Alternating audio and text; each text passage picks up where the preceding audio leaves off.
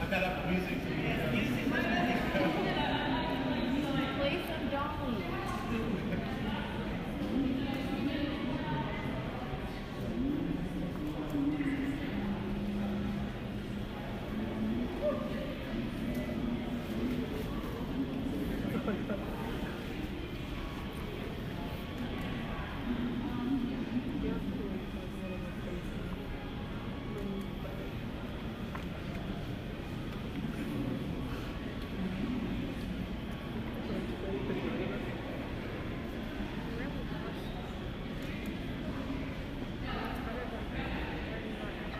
Okay, so what I've done now is I've created the DNA of the drawing.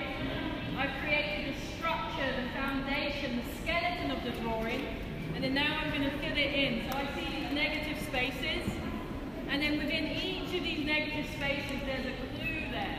So I'm going to see what that clue is and then go with it. So for the first example, you've got this line here. It's smooth and round like the side of a face. So I'm going to put a face there.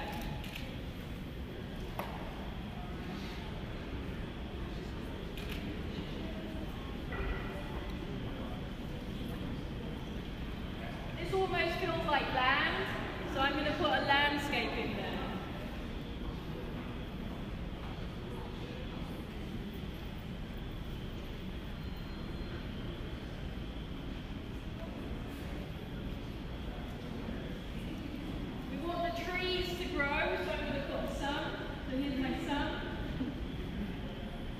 Some birds in there.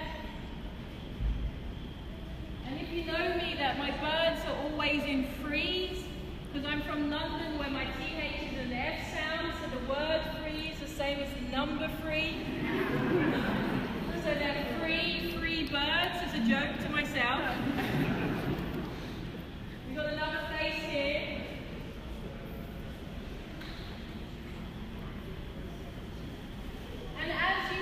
Downstairs, for me, words and lines, it's the same thing. So I'm going to put a word in here. What's your name? Sorry? Agnes. All right. How do you spell that?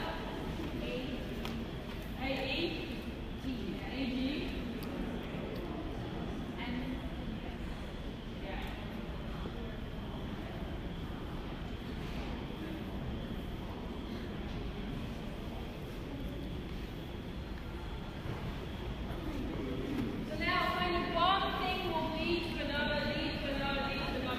Here we have another smooth line here.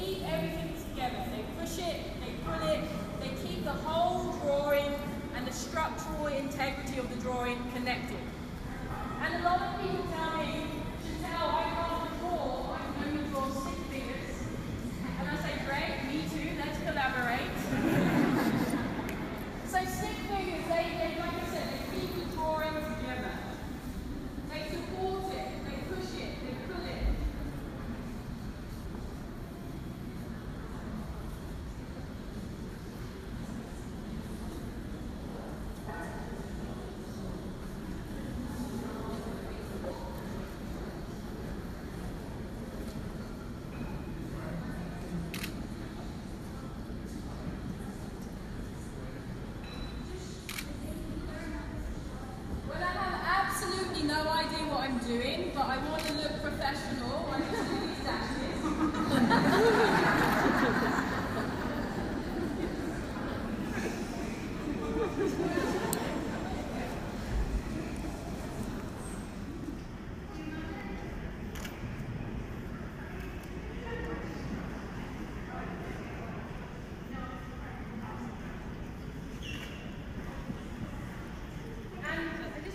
It stirs up something inside of them.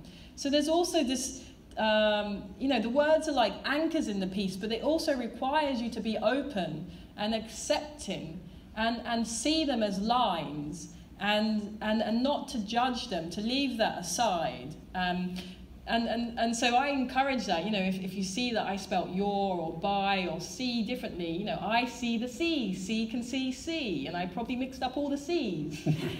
And it's great because for me it's a poetry, it's a sound, it's a music, it's about the lines, it's about the words, it's all the same. And so I'm always, I always laugh when I wake up to an email from a very supportive fan that says, I saw this on the wall and I think you spelled it wrong. And they're really concerned for you. And it's just like, why didn't they correct all the lines too? Well, but I love that. I think it's, this was the moment for me, because we started really dissecting the wall then, where, you buy too much TV. Yes, there's a cadence there, and there's a concern with what you would use, we in our minds are putting BY, like you purchase too much, yeah. Right? That's the linguistic, but you can actually separate the way in which those lines flow so that they don't necessarily connect, right? In terms of the dyslexic line flow, I don't have to read any of that. Like when I read it first, I actually didn't connect those first 3 lines with TV, right? And so it was like you watch too much, you read too much, you buy too much, became this really kind of heartbreaking, like emotional moment where it was like, I have a 6-year-old son, and there are these moments where he says, Daddy, do you have to go to work today? It's like you say goodbye too much, where you're not present. And for me, it was like, oh my God. So then it was like unplug TV, charge yourself. And so what I find fascinating about the fluidity of what you're presenting is that there is a way for you to create your own narrative in it. Right? You've talked about these moments of, in your own work, not choosing to use color, in part because it allows people to choose their own positioning, their own relationship to that narrative. They can start in the upper left-hand corner and read it like they'd read a book, or they can start in the middle and move out in circles, or however they feel fit. And for me, that was just this moment that got really emotional. And I was in a very privileged position to watch you make a lot of this. And so I was actually watching the words emerge, right? And that to me was just like I ended up hanging on it, right? Like I was just like, what's gonna be next? Like what's gonna happen next? And then you pointed this one out to me the other day, and this was where Yoko Ono's works felt really relevant to me. Do you want to read it? Okay, let's read this one. Yeah. Someday we can be well, think well, eat well, build clean wells. So again, for me, it's like, that's a statement that is a political statement, right?